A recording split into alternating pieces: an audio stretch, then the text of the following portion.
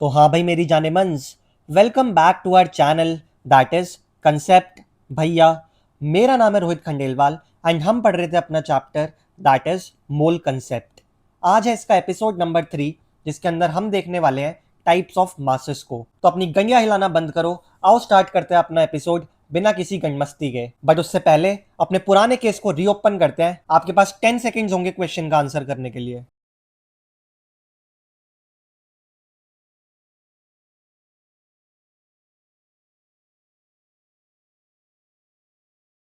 Question हमसे पूछ रहा है 1 U की वैल्यू बताओ।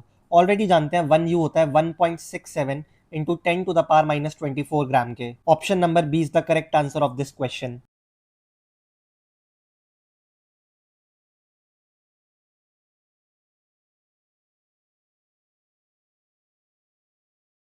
नेक्स्ट क्वेश्चन हमसे पूछ रहा है कि इनमें से कौन सी स्टेटमेंट करेक्ट है। स्टेटमेंट 1 हमसे कहती है कि अगर आपको सिंगल एटम का मास लिखना है तो ग्राम्स एक बेटर यूनिट है एज कंपेयर टू यू, जो कि गलत स्टेटमेंट है। मैंने आपको पिछले एपिसोड में बताया था कि हमने यू को इंट्रोड्यूस इसलिए किया था क्योंकि मास को ग्राम्स में लिखना हमारे लिए बहुत ही मुश्किल हो रहा था।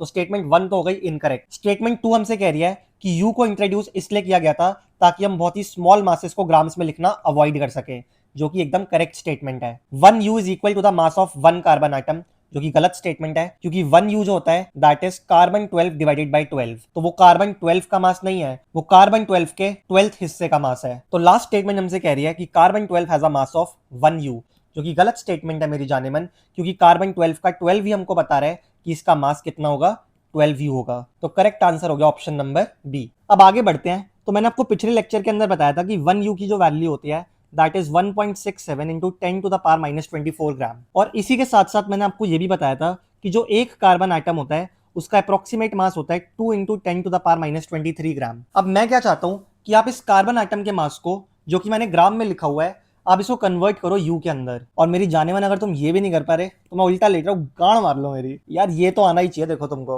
ये बेसिक मैथ्स के अंदर ये सब तुम सीख कर आते हो। बट अगर नहीं भी कर पा रहे तो निराश होने की जरूरत नहीं है, आओ सीख लेते हैं इसको कैसे सॉल्व करते हैं। देखो, हमेशा तुमको जो रिलेशन पता है सबसे पहले उस रिलेशन को लिखा करो। तुम ऑलरेडी जानते हो कि 1.67 इंटू 10 to the power -24 ग्राम जो होता है उसको तुम बोलते हो 1 U। सही है। अब उस मास को लिखो जिसको तुम कन्वर्ट करना चाहते हो, तो वो है 2 इंटू 10 to the power -23 ग्राम। और जब तुम इसको कन्वर्ट कर लोगे तो लेट से हमारा आंसर आएगा XU। यहां तक तो आई डोंट थिंक कोई डाउट होना चाहिए। अब सिंपल क्रॉस मल्टीप्लीकेशन करनी है और तुम्हारा आंसर आ जाएगा। दैट मीन्स ये वाली टर्म इससे मल्टीप्लाई हो जाएगी और ये वाली टर्म इससे मल्टीप्लाई हो जाएगी। तो 1.67 into 10 to the power -24 gram multiply हो जाएगा x से और इक्वल्स टू में आ जाएगा 2 into 10 to the power -23 gram multiply by 1U। अब यहां से x की वैल्यू निकालने के लिए कुछ नहीं करना, ये वाली टर्म इधर जाके डिवाइड हो जाएगी और x की वैल्यू निकल कर आ जाएगी। तो आओ जरा x की वैल्यू निकालते हैं। या मैं चाहता हूँ थोड़ा सा आप भी ट्राई करो, x की वैल्यू निकालने की कोशिश करो, खुद से निकालो, पॉज कर लो वीडियो को। तो जब आप x की वैल्यू निकालोगे तो 2 into 10 to the power -23 gram multiply by 1U, divide कर दोगे इसको किससे, 1.67 इंटू 10 to the power -24 ग्राम से। अब सब एक दूसरे का काटेंगे तो ग्राम से ग्राम मर जाएगा और 10 to the power -23 10 to the power -24 को जब काट खाएगा तो नीचे आ जाएगा 10 to the power -1, क्योंकि ये बच जाएगा। सही है, तो इसको ऊपर भेज दो। तो जब ये ऊपर जाएगा तो ऊपर आ जाएगा 20U डिवाइडेड बाय 1.67। एंड जब तुम इस वैल्यू को सॉल्व करोगे तो अप्रोक्सीमेटली तुम्हारा आंसर 12U निकल कर आएगा। तो अल्टीमेटली हमने निकाला क्या वो भी सुन लो। पहले हमको एक कार्बन आइटम का जो मास था वो पता था ग्राम के अंदर, लेकिन हमने उस ग्राम को कन्वर्ट कर दिया यू के अंदर। और यही वैल्यू आप याद भी करके रखते हो कि जो कार्बन के एक एटम का मास होता है वो होता है 12U। अब मैं चाहता हूं हम इसी चीज को एक एग्जांपल के साथ और सीखें। तुमको याद होगा कि मैंने तुमको एक ऑक्सीजन एटम का मास भी बताया था, that is 2.67 into 10 to the power -23 ग्राम। अब इसको तुम खुद कन्वर्ट करो यू के अंदर। अब आई होप तुमने कर लिया होगा। आओ मैं जल्दी से सॉल्व करके दिखाता हूँ। हम ऑलरेडी जानते हैं कि 1.67 इंटू 10 to the power -24 ग्राम जो होता है दैट इज 1U। तुम्हें कन्वर्ट किसको करना है, 2.67 इंटू 10 to the power -23 ग्राम को। तो इसको तुम मान लोगे x। अब सिंपल तुमको क्रॉस मल्टीप्लीकेशन करनी है, तो आओ जरा इसकी क्रॉस मल्टीप्लीकेशन करते हैं।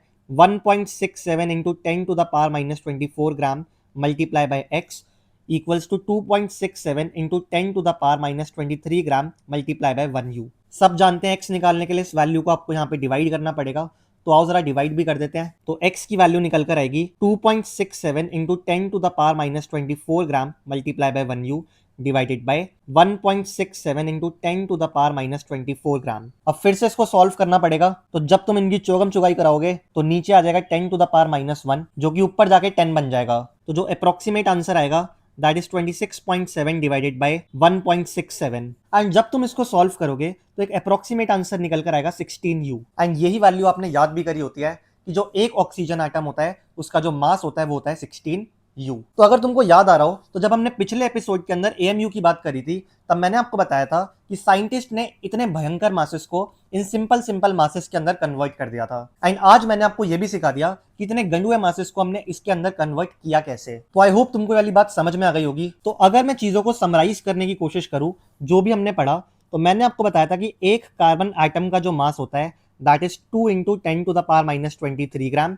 या फिर इसे तुम बोल सकते हो 12U। एंड वहीं पे एक ऑक्सीजन एटम का जो मास होता है दैट इज 2.67 इंटू 10⁻⁻23 ग्राम, जिसे तुम बोल सकते हो 16U। अब मेरे को एक बात बताओ, मान लो मेरे पास एक तराजू है और यहां पर मैं रख रहा हूं एक कार्बन एटम को। क्या रखा है मैंने? एक कार्बन एटम रख दिया इस साइड। और अगर मुझे इसका वेट नापना है तो पहले मेरे को यहाँ पे वेट्स रखने पड़ेंगे। तराजू के एक साइड पे वेट होते हैं ना, तो वो वेट्स भी तो रखने पड़ेंगे। और मैंने आपको पिछले एपिसोड के अंदर बताया था कि उन वेट्स का काम कौन करेगा? AMU या फिर U, जो साइंटिस्ट ने यूनिट बनाई थी। याद आ रहा है कुछ? और नहीं आ रहा कुछ याद तो पिछला एपिसोड प्लीज देख कर आओ, आपकी अंडरस्टैंडिंग 100 गुना बढ़ जाएगी, ये मेरी गारंटी है। तो साइंटिस्ट ने जो वेट बनाए थे उसके हिसाब से ये है 1U, और कार्बन एटम का मास कितना है? 12U। तो खुद बताओ यहाँ पर कितने U रखने पड़ेंगे कि ये दोनों बैलेंस हो जाएं। ऑब्वियसली जब एक कार्बन एटम 12U के बराबर है तो आपको यहाँ पर ऐसे 12 वेट्स रखने पड़ेंगे, जिससे यहाँ का वेट हो जाएगा 12U और यहाँ का वेट भी कितना हो जाएगा? 12U। तो अगर इसको विजुअलाइज करना चाहो तो आप कुछ ऐसे विजुअलाइज कर सकते हो कि यहाँ पर हमने रख दिया एक कार्बन एटम और आपको यहाँ पे कितने U रखने पड़ेंगे? 12U रखने पड़ेंगे, या फिर इसको पुरानी भाषा में हम AMU कहते हैं, तो 12 AMU रखना पड़ेगा। तो एक कार्बन एटम जो है वो 12 AMU से बैलेंस हो रहा है। इसीलिए हमने कहा था कि एक कार्बन एटम का जो मास है वो कितना है? 12U है। एंड सिमिलरली मैंने आपसे ऑक्सीजन एटम की भी बात करी थी कि जो एक ऑक्सीजन एटम है उसका मास होता है 16 AMU। तो अगर आप तराजू के एक साइड में एक ऑक्सीजन एटम रख दोगे तो आपको तराजू की दूसरी साइड पर 16 AMU या फिर 16U रखना पड़ेगा, तब जाके दोनों क्या होंगे? बैलेंस होंगे। दैट मीन्स एक ऑक्सीजन एटम 16 टाइम्स भारी है एक AMU के या फिर एक U के। अब ध्यान से देखो तो यहां पर हमने एक कार्बन एटम का मास निकाला था, यहां पर हमने एक ऑक्सीजन एटम का मास निकाला था। दैट मीन्स हम अभी एक एक एटम का मास निकालने की कोशिश कर रहे हैं, और एक एटम के मास को ही प्यार से क्या बोला गया? एटॉमिक मास बोला गया। तो एटॉमिक मास क्या है? मास ऑफ वन एटम। कोई भी एलिमेंट हो सकता है, लेकिन उसका सिर्फ एक एटम लोगे और उसका जितना मास होगा उसे हम कह देंगे एटॉमिक मास। एग्जाम्पल के तौर पे एक कार्बन एटम का मास अभी कितना निकाला था हमने? 12U निकाला था। एक ऑक्सीजन एटम का मास कितना निकाला था? 16U निकाला था। उसी तरीके से यहाँ पे हाइड्रोजन का भी दे रखा है, सोडियम का भी दे रखा है। हाइड्रोजन का होता है 1U, सोडियम का होता है 23U। और इससे आपको एक बात और समझ में आ गई कि जो एटॉमिक मास होता है उसकी यूनिट क्या होती है? उसकी यूनिट होती है U या फिर AMU। मतलब आप एक एटम के मास को जनरली किस में निकालते हो? U में निकालते हो। निकाल तो आप ग्राम में भी सकते हो, उसमें कोई दिक्कत थोड़ी है, लेकिन मैंने आपको ऑलरेडी बताया था ग्राम की जो वैल्यूज आ रही थी वो बहुत गंदी आ रही थी, अभी गंडिया फट जाती उसके अंदर। इसीलिए साइंटिस्ट ने उसको U में कन्वर्ट कर दिया, जिससे सिंपल सिंपल नंबर आपके पास आने लग गए एंड हमारे लिए मासेस को रखना क्या हो गया? इजी हो गया। और जहां तक मैं जानता हूं मैक्सिमम मेरी जानेमन इन वैल्यूज को ऑलरेडी रट चुकी होंगी, और नहीं भी याद तो इन वैल्यूज को अच्छे तरीके से रटो। यहां पर मैंने 20 एलिमेंट्स लिखे हुए हैं, उनके एटॉमिक मासेस यहां पर लिखे हुए हैं, इसको रट लो अच्छे तरीके से। और इसके अलावा मैं इन 4 एलिमेंट्स के एटॉमिक मास आपको और याद करवाना चाहता हूं कि इनको भी अच्छे तरीके से क्या कर लो? आप रट लो। जैसे कि आयरन का होता है 56U, कॉपर का होता है 63.5U, जिंक का होता है 65.5U एंड सिल्वर का होता है 108U। और इन वैल्यूज को मैं आपको इसलिए रटने के लिए कह रहा हूं क्योंकि नीट के पेपर के अंदर आपको मोल निकालने के लिए तो दे देंगे वो, लेकिन कभी कभी उनका एटॉमिक मास वो गायब कर देते हैं। तो अगर आपको एटॉमिक मास ही नहीं पता होगा तो आप जिंदगी में उसके मोल नहीं निकाल सकते। तो इनको जितने अच्छे तरीके से रट सकते हो उतने बढ़िया तरीके से रट लेना। तो अगर आपको ये वाली बात समझ में आ गई तो आगे मूव करते हैं। ऑलरेडी आप पढ़कर आ चुके हो, जब आपके पास एक एटम होता है और आप इस एक एटम का वेट निकालते हो तो उसको हमने बोल दिया था एटॉमिक मास। नाम से ही समझ में आ रहा है एक एटम के मास को हमने बोल रखा है एटॉमिक मास। तो इसी से समझो मॉलिक्यूलर मास क्या होगा। जब एक एटम था तो एटॉमिक मास, तो मॉलिक्यूलर मास क्या हो जाएगा? जब आपके पास एटम की जगह पर क्या आ जाएगा? एक मॉलिक्यूल आ जाएगा। आप ऑलरेडी जानते हो कि एक मॉलिक्यूल होता क्या है। जब दो या फिर दो से ज्यादा एटम्स एक दूसरे की गठिया में घुसकर बैठे होते हैं उसे हम जनरली मॉलिक्यूल बोल देते हैं। तो अब सपोज कर लो एक मॉलिक्यूल है, जब आप इसका वेट निकालोगे तो कुछ इसका वेट आएगा, इसी वेट को आप बोल दोगे मॉलिक्यूलर मास। इसको कैलकुलेट करना बहुत ईजी होता है। जितने भी आइटम्स आपको दिख रहे हैं उन सब के एटॉमिक मास को ऐड कर दो और लास्ट में जो भी आंसर निकल कर आएगा वही उस मॉलिक्यूल का मॉलिक्यूलर मास हो जाएगा। अब यहाँ पर कुछ एग्जांपल्स दे रखे हैं आपको, आओ एक एक करके इन एग्जांपल्स को समझते हैं। देखो सबसे पहले हाइड्रोजन मॉलिक्यूल दे रखा है। आप सब ऑलरेडी जानते हो कि जो एक हाइड्रोजन होता है उसका मास होता है 1U एंड यहाँ पर 2 हाइड्रोजन आइटम्स आपको दिख रहे हैं तो आप 2 से मल्टीप्लाई करवा दो तो आंसर आ जाएगा 2U और यही 2U क्या हो गया, हाइड्रोजन का मॉलिक्यूलर मास हो गया। सिमिलरली आपको क्या दे रखा है, ऑक्सीजन का मॉलिक्यूल दे रखा है। एक ऑक्सीजन का मास होता है 16U। यहाँ पर आपके पास 2 ऑक्सीजन आइटम्स हैं तो आप 2 से मल्टीप्लाई कर दोगे तो आंसर आ जाएगा 32U। सिमिलरली नाइट्रोजन मॉलिक्यूल भी दे रखा है। एक नाइट्रोजन का मास 14 होता है, 2 का मास हो जाएगा 28U। कुछ और एग्जांपल्स दिखाता हूं मैं आपको। यहां पर देखो, यहां पर आपको वाटर मॉलिक्यूल दे रखा है। अब ध्यान से देखो तो आपको एक वाटर मॉलिक्यूल के अंदर 2 हाइड्रोजन दिख रहे हैं एंड एक ऑक्सीजन दिख रही है। 2 हाइड्रोजन का मास हो जाएगा 2U एंड एक ऑक्सीजन का मास हो जाएगा 16U। जब आप इनको ऐड करोगे तो आपके पास आंसर आ जाएगा 18U। सिमिलरली कार्बन डाइऑक्साइड है। कार्बन डाइऑक्साइड के अंदर एक कार्बन और 2 ऑक्सीजन है तो एक कार्बन का मास हो जाएगा 12 एंड 2 ऑक्सीजन का मास हो जाएगा 32। इसको ऐड करोगे तो आंसर आ जाएगा 44U। तो आई थिंक मॉलिक्यूलर मास को कैलकुलेट करना बहुत ज्यादा आसान है एंड ये आप some basic concepts of chemistry के अंदर सीख कर भी आते हो। तो अभी तक हमको एक बात समझ में आ गई, अगर आपके पास एक एटम था एंड जब आपने इसका वेट निकाला U के अंदर तब हमने उसी को बोल दिया एटॉमिक मास एंड जब आपके पास एक मॉलिक्यूल था एंड आपने इसका वेट निकाला U के अंदर तब आपने इसको बोल दिया मॉलिक्यूलर मास। एक एटम है तो एटॉमिक मास, एक मॉलिक्यूल है तो मॉलिक्यूलर मास। और हाँ, एक इंपॉर्टेंट चीज और कि आपको वाटर और कार्बन डाइऑक्साइड दोनों के मॉलिक्यूलर मास को रट के रखना है। वाटर का होता है 18U एंड कार्बन डाइऑक्साइड का होता है 44U। ये बात आपको अच्छे तरीके से रटी होनी चाहिए एंड मेरे को नहीं पता आपने नोट किया नहीं किया, लेकिन जो मॉलिक्यूलर मास है इसकी जो यूनिट होती है वो भी होती है U। अब देखा जाए तो हमने एटॉमिक मास पढ़ लिया, हमने मॉलिक्यूलर मास पढ़ लिया, अब हम पढ़ने वाले हैं फॉर्मूला मास को। अब कुछ कंपाउंड्स ऐसे होते हैं भाई जिनके अंदर आपके पास एक केटायन और एक एनायन होता है। ऐसे कंपाउंड्स को हम जनरली बोलते हैं आयनिक कंपाउंड्स। क्या बोलते हैं? Ionic compounds. ऑलरेडी आप इस टर्म को जानते हो क्योंकि आप 10th क्लास में पढ़कर आए हो। तो जब भी आपसे आयनिक कंपाउंड्स का मास निकलवा लिया जाए तो उसे हम बोल देते हैं फॉर्मूला मास। बस एक खास बात जो आपको पता होनी चाहिए कि जब एटॉमिक मास पढ़ा था तब आपने एक एटम का वेट निकाला था, जब आपने मॉलिक्यूलर मास पढ़ा था तब आपने एक मॉलिक्यूल का वेट निकाला था, और अब आप फॉर्मूला मास पढ़ रहे हो तो आप एक फॉर्मूला यूनिट का वेट निकालोगे। एग्जाम्पल लेके समझते हैं कि एक फॉर्मूला यूनिट का मतलब क्या होता है। देखो यार, तुम ऑलरेडी जानते हो कि जो NaCl होता है ये होता है सॉल्ट। अब अगर मैं इसको ड्रॉ करने की कोशिश करूं, एक बहुत रफ डायग्राम बना रहा हूं मैं। लेट सपोज ये ग्रीन वाला Na है एंड ये पिंक वाला है क्लोराइड आयन, और क्योंकि ये NaCl के साथ बॉन्डेड है तो ये आपस में एक दूसरे के साथ बॉन्ड बना रहे होंगे, मतलब सोडियम और क्लोराइड के बीच में यहाँ पे क्या होगा, एक बॉन्ड होगा। इसी एक यूनिट को एक Na और एक Cl ने मिलकर जो एक NaCl की फॉर्मेशन करी है, इस एक यूनिट को आप बोल देते हैं वन फॉर्मूला यूनिट। एंड अगर आप इस एक यूनिट का वेट निकाल लो तो जो वेट आपके पास आएगा उसी वेट को हम क्या बोल देते हैं, फॉर्मूला मास बोल देते हैं। अगर एक एटम है तो एटॉमिक मास, एक मॉलिक्यूल है तो मॉलिक्यूलर मास, एंड एक फॉर्मूला यूनिट है तो फॉर्मूला मास। एटॉमिक मास की यूनिट क्या थी? U। मॉलिक्यूलर मास की यूनिट क्या थी? U। एंड फॉर्मूला मास की यूनिट भी क्या है?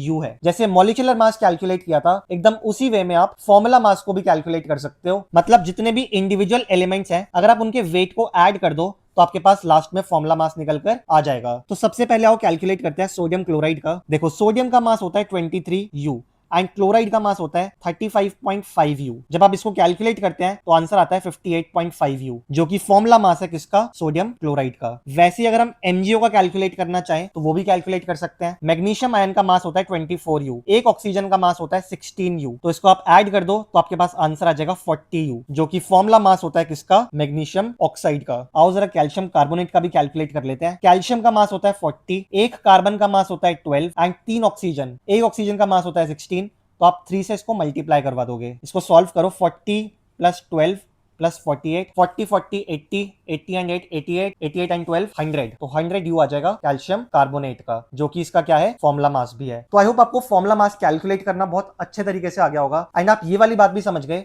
कि अगर आपको फॉर्मूला मास कैलकुलेट करना है, अगर आपको मॉलिक्यूलर मास कैलकुलेट करना है, तो आपको एटॉमिक मासेस हर एक एलिमेंट का अच्छे तरीके से क्या होना चाहिए? याद होना चाहिए। अगर आप यही भूल गए तो ना आप मॉलिक्यूलर मास कैलकुलेट कर सकते, ना आप फॉर्मूला मास कैलकुलेट कर सकते, बेसिकली आप कुछ भी कैलकुलेट नहीं कर सकते। तो इसीलिए मैं कह रहा हूं इसको ढंग से रखना भाई, वरना गंजा फट जाएगी पेपर के अंदर। अब टाइम बचाने के लिए मैं चाहूंगा कि आप कुछ चीजों का फॉर्मूला मास याद रखो। NaCl बहुत इंपॉर्टेंट है इसका फॉर्मुला मास आपको रटा हुआ होना चाहिए, that is 58.5 U। Similarly calcium carbonate का भी रटा होना चाहिए 100 U। और अगर अपने आप को थोड़ा सा और स्ट्रेच कर सकते हो तो फॉस्फेट आयन का भी याद रखना कि 95 U आता है, एंड सोडियम हाइड्रोक्साइड का भी याद रखना कि 40 U आता है। और अगर मेरे से थोड़ा सा भी प्यार करते हो तो कार्बोनेट आयन का भी याद रखना कि इसका आता है 60 U। ठीक है, अगर आपको जैसे मान लो कार्बोनेट का याद है एंड आपसे कोई बोल दे कि मैग्नीशियम कार्बोनेट का फॉर्मुला मास निकाल कर दिखाओ। कार्बोनेट का आपको ऑलरेडी पता है कि 60 होता है, मैग्नीशियम का भी ऑलरेडी आपको रटा हुआ होगा कि 24 होता है, तो इसको ऐड करके आ जाएगा 84 U। देखो कितनी इजीली निकाल लिया आपने। तो यही मैं आपको बता रहा हूँ, अगर आप इन सबको याद रख सकते हो तो भाई रट लेना, ठीक है। तो इसको रटोगे तो बहुत प्रॉफिट ही मिलेगा आपको इस चीज का। अब पता नहीं आपने एक चीज नोट करी नहीं करी, लेकिन मैंने आपको 3 चीजें पढ़ाई है। जब एक एटम का मास आपने यू में निकाला तो उसको हमने बोल दिया एटॉमिक मास, एक मॉलिक्यूल का मास हमने यू में निकाला तो उसको बोल दिया मॉलिक्यूलर मास, एंड सिमिलरली अगर हमने एक फॉर्मुला यूनिट का मास यू में निकाला तो उसको हमने क्या बोल दिया, फॉर्मूला मास। तो ध्यान से देखा जाए तो एटॉमिक मास की यूनिट क्या होती है, यू होती है। मॉलिक्यूलर मास की यूनिट क्या होती है, यू होती है। फॉर्मूला मास की यूनिट क्या होती है, यू होती है। अब चलो मैं आपसे एक क्वेश्चन पूछता हूं, हम इनका मास जिस यूनिट के अंदर निकालते हैं वो वैसे तो यू होती है, लेकिन क्या आप इन सबका मास ग्राम में नहीं निकाल सकते? बिल्कुल निकाल सकते हो भाई। तो जब साइंटिस्ट ने इनके मास निकाले थे तो वो ऑब्वियसली ग्राम में आए थे, आपको पता है वाली बात।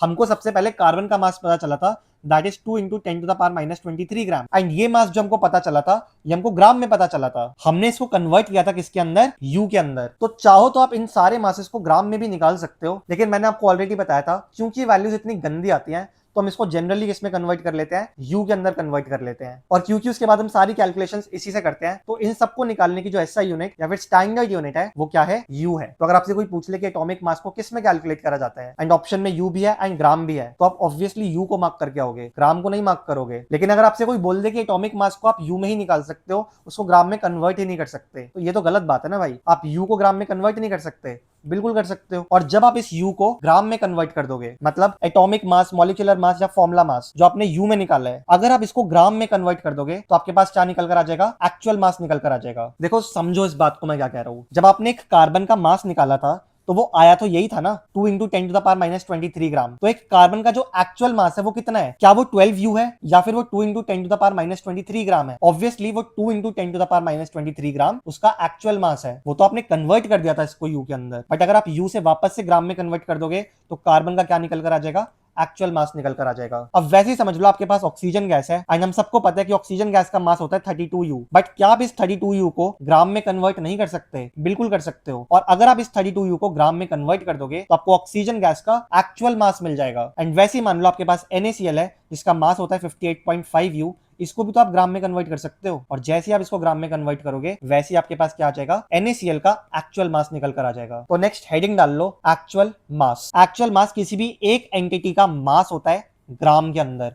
वेरी इंपॉर्टेंट, किसके अंदर, ग्राम के अंदर। वही बात है, अगर आप यू से ग्राम में कन्वर्ट कर दो तो जो ग्राम में वेट निकल कर आएगा वही उसका क्या हो जाएगा, एक्चुअल मास हो जाएगा। एंड यहां पर मैंने एंटिटी वर्ड यूज किया है क्योंकि आप चाहो तो किसी एटम का, किसी भी मॉलिक्यूल का या फिर किसी भी फॉर्मुला मास का जो मास है उसको यू से ग्राम में कन्वर्ट कर सकते हो। और जैसे ही आप उसको ग्राम में कन्वर्ट करोगे वैसे ही उसका क्या निकल कर आ जाएगा, एक्चुअल मास निकल कर आ जाएगा। अगर एक्चुअल एटॉमिक मास है तो आपने किसी भी एटम के मास को यू से किस में कन्वर्ट किया है, ग्राम में कन्वर्ट किया है। एग्जाम्पल कार्बन का मास दे रखा है आपको, तो ये जो आया ये क्या हो जाएगा, कार्बन का एक्चुअल एटॉमिक मास हो जाएगा। वैसे ही अगर आपसे एक्चुअल मॉलिक्यूलर मास पूछ लिया जाए तो आपने यहां पर क्या किया होगा, किसी मॉलिक्यूल के वेट को यू से जी में कन्वर्ट किया होगा। यहां पर आपने किसी फॉर्मुला यूनिट के मास को यू से जी में कन्वर्ट किया होगा। और कुछ एग्जांपल्स मैंने लिखे भी हुए हैं। अब आओ जरा चेक करते हैं कि ये आंसर्स आए कैसे। इस पार्ट को मैं ऑलरेडी रिकॉर्ड कर चुका था यार, ये खो गया मेरे से, मेरा दिमाग खराब हो रहा है यार।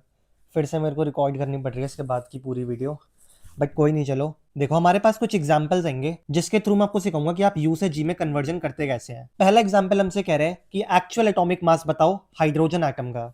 आप ऑलरेडी जानते हो कि जो एक हाइड्रोजन एटम होता है उस आप ऑलरेडी जानते हो कि एक हाइड्रोजन एटम का जो मास होता है दैट इज 1U। एंड मैंने आपको यह भी बताया था कि जो 1U होता है that is 1.67 into 10 to the power minus 24 ग्राम। और खुद सोच के देखो, आपको एक्चुअल एटॉमिक मास निकालना है हाइड्रोजन एटम का, दैट मींस आपको हाइड्रोजन एटम के एटॉमिक मास को कन्वर्ट करना है यू से ग्राम के अंदर। अब ये तो बहुत इजीली कन्वर्ट हो जाएगा यार। 1U को हम बोलते हैं 1.67 into 10 to the power minus 24 gram. That means एक हाइड्रोजन एटम का एक्चुअल एटॉमिक मास कितना होगा, 1.67 into 10 to the power minus 24 ग्राम होगा। चेक भी कर सकते हो आप। एग्जाम्पल नंबर 2 आपके सामने है, जिसमें आपको एक्चुअल एटॉमिक मास बताना है सोडियम एटम का। जो एक सोडियम एटम है उसका मास होता है 23U। अब बस आपको इस 23U को कन्वर्ट करना है किसके अंदर, ग्राम के अंदर। कैसे करोगे, 23 को बस मल्टीप्लाई करवा दोगे 1.67 इंटू 10⁻⁻24 ग्राम से, एंड जब आप इसको सॉल्व कर लोगे तो आंसर आएगा 3.81 इंटू 10⁻⁻23 ग्राम। चेक भी कर सकते हो। अब नेक्स्ट एग्जांपल आपके सामने है,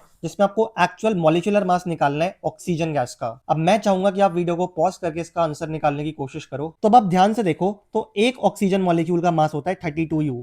आप इस 32 को मल्टीप्लाई करवा दोगे 1.67 इंटू 10⁻⁻24 ग्राम से, एंड जब आप इसको सॉल्व करोगे तो आंसर आएगा 5.31 इंटू 10⁻⁻23 ग्राम। दैट मीन्स ये एक्चुअल मास है किसका, एक ऑक्सीजन गैस के मॉलिक्यूल का। चाहो तो आप चेक भी कर सकते हो। अब लास्ट एग्जांपल मेरे पास आ रहा है, एंड मैं चाहता हूं आप इसको भी सॉल्व करो। क्वेश्चन हमसे कह रहा है कि एक्चुअल फॉर्मूला मास निकालो सोडियम क्लोराइड का। अगर हम NaCl के एक फॉर्मूला यूनिट की बात करें तो उसका मास होता है 58.5U। जब इसको कन्वर्ट करोगे तो 58.5 को आप मल्टीप्लाई करोगे 1.67 इंटू 10⁻⁻24 ग्राम से, एंड जब आप इसको सॉल्व कर लोगे तो आंसर आएगा 9.71 into 10⁻⁻23 gram. That means NaCl के एक फॉर्मूला यूनिट का मास कितना होता है, इतना होता है। एंड चाहो तो आप इसको चेक भी कर सकते हो। अब जो भी हमने पढ़ा उसकी गवाही देगी आपको एनसीईआरटी। एनसीईआरटी बोलती है कि एक एटम के मास को हम बोलते हैं एटॉमिक मास, एंड एक एटम के मास को निकालने के लिए बहुत ही हाई लेवल टेक्निक्स का इस्तेमाल करना पड़ता है, जो कि हमारे सिलेबस में नहीं है, जैसे कि मास स्पेक्ट्रोमेट्री, जो कि हमारी हेल्प करती है एटॉमिक मास को कैलकुलेट करने में एक्यूरेटली। अब एनसीईआरटी हमको बताती है कि हमने ऑलरेडी डिफाइन कर लिया था कि एक एएमयू कितना होता है, एंड कमाल की बात यह है कि हमने एक हाइड्रोजन एटम के मास को भी निकाल लिया था मास स्पेक्ट्रोमेट्री से, लेकिन मास स्पेक्ट्रोमेट्री से आंसर आया था ग्राम के अंदर। दैट मींस एक हाइड्रोजन एटम का जो एक्चुअल मास होता है वो होता है ये, एंड ये हमने डिफाइन करी थी एएमयू की वैल्यू। तो जब हमने हाइड्रोजन एटम के मास को ग्राम से एएमयू में कन्वर्ट करा तो हमने हाइड्रोजन के मास को डिवाइड कर दिया एएमयू की वैल्यू से, एंड कमाल की बात है कि आंसर आया अप्रोक्सीमेटली 1 एएमयू। इसी तरीके से जब हमने ऑक्सीजन के लिए कैलकुलेट किया तो आंसर आया 16 एएमयू, और मैंने आपको ऑलरेडी बताया था कि हमने एएमयू को अब चेंज कर दिया है यू से, जिसकी फुल फॉर्म होती है यूनिफाइड मास। इसके बाद एनसीईआरटी हमसे कहती है कि एक मॉलिक्यूल के मास को हम बोलते हैं मॉलिक्यूलर मास। फिर एनसीईआरटी बताती है कि आप इसको कैलकुलेट कर सकते हो, मॉलिक्यूल के अंदर जितने भी एलिमेंट्स हैं उन सब के एटॉमिक मासेस को लिखिए एंड देन उनको ऐड कर दीजिए। ये लाइन एनसीईआरटी की बहुत परेशान कर देती है बच्चों को। आओ इस लाइन को भी समझ लेते हैं। एनसीईआरटी हमसे बोलती है कि कुछ कुछ मॉलिक्यूल्स ऐसे होते हैं जिसके अंदर एक ही एटम एक से ज्यादा बार हो सकता है। एग्जाम्पल के लिए देखो वाटर मॉलिक्यूल।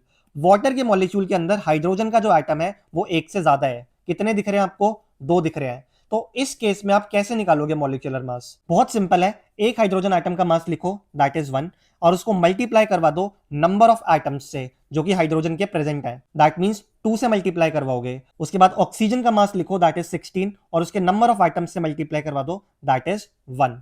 तो जब सॉल्व करोगे तो आंसर आ जाएगा 18U। एंड ये वाली बात मैंने आपको कहा था कि आपको याद भी रखनी है कि वाटर का जो मॉलिक्यूलर मास होता है दैट इज 18U। एंड यही चीज एनसीईआरटी कहती है कि हर एक एलिमेंट के एटॉमिक मास को मल्टीप्लाई करवा दो उसके नंबर ऑफ एटम्स से, एंड लास्ट में उनको ऐड कर दो। मेरी जानेमन इसके बाद एनसीईआरटी मिथेन का भी एग्जाम्पल देती है। अब आओ उसको भी समझ लेते हैं। मिथेन होता है CH4। आपको ऑलरेडी पता है कि एक कार्बन का जो मास होता है दैट इज 12U, एंड यहाँ पर 4 हाइड्रोजन है। एक हाइड्रोजन का मास होता है 1U, तो 4 का कितना हो जाएगा 4U। तो अब इसको ऐड करोगे तो आंसर आ जाएगा 16U। एंड मैंने आपको बताया था कि मिथेन का मॉलिक्यूलर मास भी आपको याद रखना है। तो देख सकते हो 16 आता है इसका। वाटर का मैं आपको ऑलरेडी बता ही चुका हूं कि 18 आता है। इसके बाद लास्ट टॉपिक आता है हमारा दैट इज फॉर्मूला मास। अब मैंने तुमको ऑलरेडी बताया था कि जो फॉर्मूला मास होता है वो यूज होता है जनरली आयनिक कंपाउंड्स के लिए। मतलब एक पॉजिटिव आयन होगा दैट इज कैटायन, और एक नेगेटिव आयन होगा that is anion. NCERT example देती है सोडियम क्लोराइड यानी NaCl का। अब तुम ऑलरेडी जानते हो कि NaCl Na+ और Cl नेगेटिव से बना हुआ है। जो Na+ वाला पार्ट है वो है पॉजिटिव पार्ट या फिर कैटायन, एंड Cl नेगेटिव वाला क्या है, नेगेटिव या फिर एनायन वाला पार्ट। तो जब भी आपको ऐसे कंपाउंड्स मिले जिसके अंदर एनायन और कैटायन मिल जाए, बेसिकली आयनिक कंपाउंड्स, तो जनरली आप उसके लिए क्या डिफाइन करेंगे, फॉर्मूला मास को डिफाइन करेंगे। मतलब NaCl की एक फॉर्मूला यूनिट का जो मास होगा वही उसका फॉर्मूला मास हो जाएगा। अब चाहो तो आप इसका फॉर्मूला मास कैलकुलेट भी कर सकते हो। सोडियम का होता है 23 एंड वहीं पे क्लोराइड का होता है 35.5। जब इसको आप ऐड कर दोगे तो आता है आंसर 58.5U। दैट मींस ये इसका फॉर्मूला मास है। अब 12th क्लास की एनसीईआरटी में पहले एक चैप्टर हुआ करता था जिसका नाम था सॉलिड्स। वहां पे कुछ बातें करते थे हम क्रिस्टल लैटिस की। अब एनसीईआरटी तुम्हारी इतनी घटिया किताब है, उसने यहाँ पर एक लाइन उठाकर लिख दिया उस चैप्टर की। अब मेरे को समझाना तो पड़ेगा इस लाइन को, क्योंकि ये आ सकती है तुम्हारे पेपर के अंदर, क्योंकि ये मोल कॉन्सेप्ट में लिखी हुई है। तो आओ जरा इसको समझते हैं। देखो, जो भी ऐसे कंपाउंड्स होते हैं ना, आयनिक कंपाउंड्स, जनरली उनका जो स्ट्रक्चर होता है वो होता है 3 डायमेंशनल स्ट्रक्चर, मतलब वो 3D स्ट्रक्चर की फॉर्मेशन करते हैं। तो कुछ ऐसे दिखाई देते हैं उनके सॉलिड्स। ऑब्वियसली इसमें से कुछ कैटायंस होंगे, कुछ एनायंस होंगे। अब बहुत ही ज्यादा गलत डायग्राम बना रहा हूं मैं, लेकिन जस्ट आपको समझाने के लिए, क्योंकि वो चैप्टर आपके सिलेबस में है नहीं, तो इस पॉइंट को समझाना ऐसे ही ईजी रहेगा कि मान लो आपके पास एक सोडियम एटम है। अब सोडियम एटम के आसपास आपको क्या देखने के लिए मिलता है? आपको 6 क्लोराइड आयंस देखने के लिए मिलते हैं। मतलब एक सोडियम को किसने घेर लिया? 6 क्लोराइड आयंस ने घेर लिया। किसके अंदर? NaCl के स्ट्रक्चर के अंदर। और यही लिखा है एनसीईआरटी ने कि जो Na+ का आयन होता है, यानी सोडियम का जो आयन होता है, उसको 6 क्लोराइड आयंस क्या कर लेते हैं? घेर लेते हैं। पर एक बात अपने बैक ऑफ द माइंड में रखना कि ये तो मैंने प्लेन पेपर में बना दिया, ठीक है? रियलिटी के अंदर एक 3D स्ट्रक्चर है, तो ये बिल्कुल भी ऐसा नहीं दिखता। जस्ट आपके समझने के लिए, और इससे ज्यादा डिटेल में आपको जाने की जरूरत भी नहीं है, क्योंकि वो चैप्टर ही नहीं है आपके सिलेबस में अब। और लास्ट में सोडियम क्लोराइड का मास बता दिया, दैट इज 58.5 यू, जो मैं आपको ऑलरेडी कैलकुलेट करवा चुका हूं। अब आओ एंटर करते हैं कंसेप्ट भैया की अदालत में, जहां पर आपको हर एक क्वेश्चन को सॉल्व करने के लिए सिर्फ 10 सेकंड्स मिलेंगे। अगर आपको कम लग रहा है तो आप पॉज कर सकते हो वीडियो, एंड लास्ट में मुझको बताना आपका स्कोर कितना है।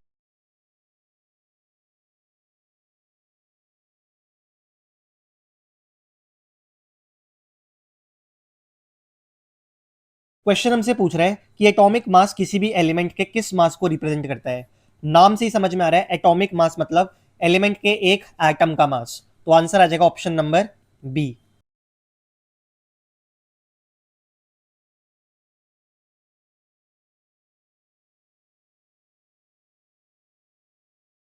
क्वेश्चन हमसे पूछ रहा है कि इनमें से कौन है जिसको हम ग्राम्स में एक्सप्रेस करते हैं। तो एटॉमिक मास को हम यू में एक्सप्रेस करते हैं, मॉलिक्यूलर मास को भी यू में एक्सप्रेस करते हैं, एंड इवन फॉर्मुला मास को भी यू में एक्सप्रेस किया जाता है। आंसर हो जाएगा हमारा ऑप्शन नंबर डी, क्योंकि ये एक्चुअल मॉलिक्यूलर मास है जिसको हम ग्राम में रिप्रेजेंट करते हैं। तो option number D is the correct answer of this question.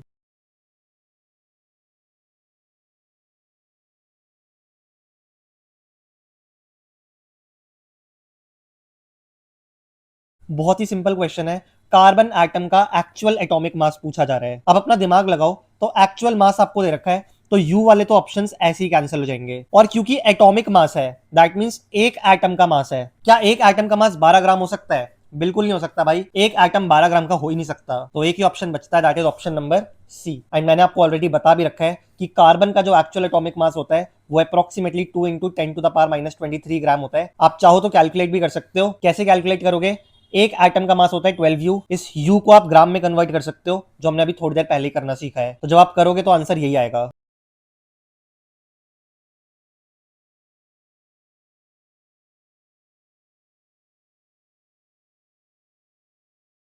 Question हमसे पूछ रहा है कि इनमें से कौन सी स्टेटमेंट करेक्ट है। एटॉमिक मास को आप एक्सप्रेस करते हो यू के अंदर, जो कि एकदम करेक्ट स्टेटमेंट है। एक्चुअल एटॉमिक मास को आप रिप्रेजेंट करते हो ग्राम्स के अंदर, जो कि अगेन करेक्ट स्टेटमेंट है। मॉलिक्यूलर मास को एक्सप्रेस करते हैं यू के अंदर, ये भी करेक्ट स्टेटमेंट है।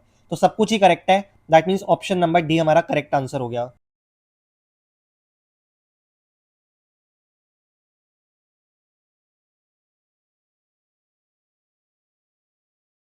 Next question assertion reason type question है। एजर्शन हमसे कह रहा है कि जो मॉलिक्यूलर मास होता है ऑक्सीजन गैस का, यानी O2 का, वो होता है 32 यू, जो कि मैंने आपको बताया भी था कि एकदम करेक्ट है, और आपको ये याद भी रखना है। रीजन हमको दिया जा रहा है कि जो मॉलिक्यूलर मास है वो सम होता है एटॉमिक मासेस का, सारे एटम्स जो कि एक मॉलिक्यूल के अंदर प्रेजेंट है। अब क्योंकि O2 के अंदर 2 ऑक्सीजन प्रेजेंट है, तो ये कह रहा है आपको 16 + 16 करना पड़ेगा O2 के मॉलिक्यूलर मास को निकालने के लिए, जो कि एकदम करेक्ट स्टेटमेंट है। तो एजर्शन भी ठीक है एंड रीजन भी ठीक है, एंड रीजन एजर्शन को एक्सप्लेन भी कर रहा है कि मॉलिक्यूलर मास ऑक्सीजन गैस का 32 आया कैसे। तो I think option number A correct answer हो जाएगा इस क्वेश्चन का।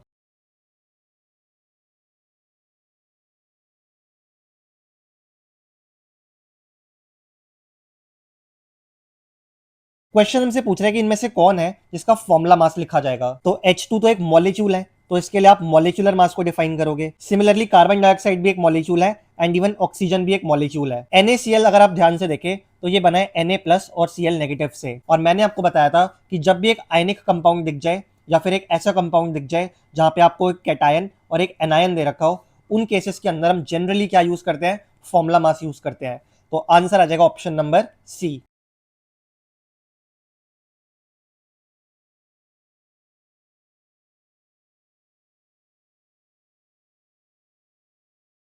भाई देखते ही छूटते ही आपको बता देना चाहिए कि इसका आंसर 18U आएगा। मैंने आपको याद भी करवाया था। वाटर का तो बहुत इंपॉर्टेंट है, H2 कैसे निकलेगा, एक हाइड्रोजन का होता है 1 और यहाँ पर 2 हाइड्रोजन है, तो दैट मींस आप 2 से मल्टीप्लाई करवाओगे। इसके साथ साथ एक ऑक्सीजन है तो 16, तो इसको सॉल्व करके आ जाएगा 18U। Option number C is the correct answer.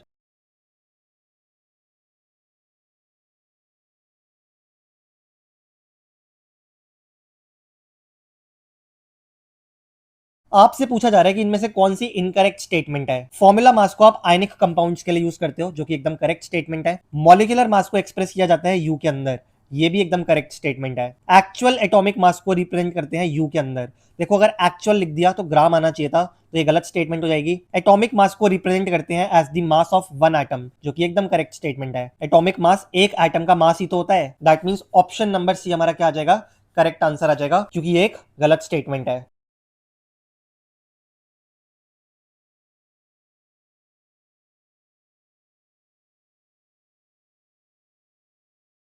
देखो यार बहुत सिंपल है, इसमें से आधे तो आपको याद ही होने चाहिए। हाइड्रोजन का होता है 2U, याद होना चाहिए। ऑक्सीजन का होता है 32U, ये भी याद होना चाहिए। वाटर का होता है 18U, ये भी याद होना चाहिए। एंड NaCl का होता है 58.5U, ये भी याद होना चाहिए। 2U आपको दिख रहा है 4 ऑप्शन में, तो एक आ जाएगा 4 और एक ही ऑप्शन में है। That means A is the correct answer of this question. ठीक है, चाहो तो आप बाकी भी मैच करवा सकते हो, मैंने सारे लिखकर आपको दिखा दिया है।